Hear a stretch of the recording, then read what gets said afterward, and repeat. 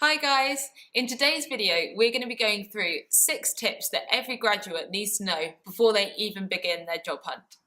By no means, this is not an exhaustive list. There's a lot of other things that you need to know as well, but we've picked our 6 tips from our own experience. But if you've got any other good ideas, please feel free to put them in the comments below. So, tip number 1 is that it isn't all about graduate programs. So, disclaimer, Emma and I both did do graduate programs, but that's because I thought that that was like the only option that was available. Yeah, I thought that to get a job as a graduate, you had to apply to a graduate scheme. I didn't know there was other options. Yeah, and it's definitely not the case. We found an article on The Guardian the other day which said that out of all the graduate jobs available, only 25% of them are official graduate programs. So that's 75% of jobs that are just jobs for graduates in other companies. When you think of small companies, they don't hire enough graduates, they don't hire kind of 100 each year to make a formal graduate program, but it doesn't mean that they don't have jobs for people coming out of university, kind of entry-level jobs. So it's definitely not the only way to go about it.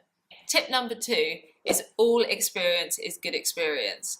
It's really easy when you're applying for your first job to think, well, I haven't got anything relevant to talk about because, I'm applying for a job in, I don't know, journalism, for example. Well, that is definitely not the case. It's really important to think back about everything that you've done through school, university, in your holidays, and everything you do, you can adapt some way to make it relevant for what you're applying to. So, for example, I worked in my weekends and summer holidays in a cinema serving, tickets and popcorn, right? Well, that has nothing to do with like the career that I wanted to go down, but I could talk about learning how to deal with customers, learning how to, do the money. There's all things you can like pick out to make it relevant. So I had that on my CV for a long time, well into when I was in my actual career. Yeah, same. Like I was like, I remember saying to my dad, like, I actually don't know what to put on my CV. Like, I just don't have anything to put on it that is like adult enough. I thought I was just like, had some like little childish things they felt like, but like I used to do athletics and I used to do coaching every Tuesday evening to like the under 11 team, and that actually was like, I ended up talking about it quite a lot in my interviews. So like, you've got experience, just like don't worry and have confidence. Tip number 3 is that nobody wants to hire a robot. So I thought when I was first applying or like job hunting at a graduate level that I had to like be a certain way, say certain things in order to get the job, but it's definitely like not the case. So obviously companies want you to be professional, but they still just want you to be yourself. And I think one of the worst things that you can do is go into an interview and just say a load of like corporate buzzwords or things that like you think you should be saying. But just go in and like be yourself, because actually if you do want to do that job when you've done your research, that will just come across naturally. Yeah, and I think, if you go in and try and be too like corporate and professional, then your personality doesn't come across at all, and so you won't be memorable. People want to feel like a rapport with people coming in, and as soon as you start sort of trying to be something that you're not, I think you lose that side of things. So you want to be friendly and outgoing, be professional, but don't make it something that you're not. And also, like, I think sometimes it's easy to like exaggerate how much you want the job. Yeah. So like, it's not the X factor. You don't need to say that you've like wanted to do this job since, you were 2 months old. Yeah, there's nothing more annoying than when people make out that it's been their dream from a young age. Tip number 4 is don't be disheartened when you're rejected. Okay, so you will inevitably fail or be rejected from an interview or an application at some point during your job search, but it by no means means that going forwards that's going to be the case.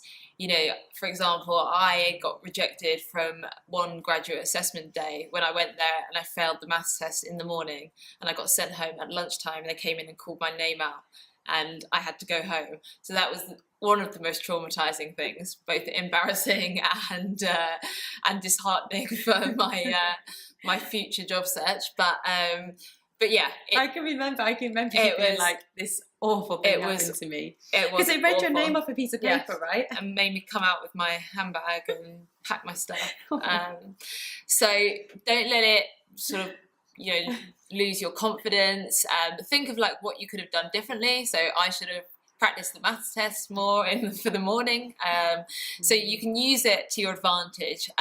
If anything, it's a good thing because you probably won't make the same mistakes that led to the bad outcome in the next one. Yeah, I remember the first time I was rejected.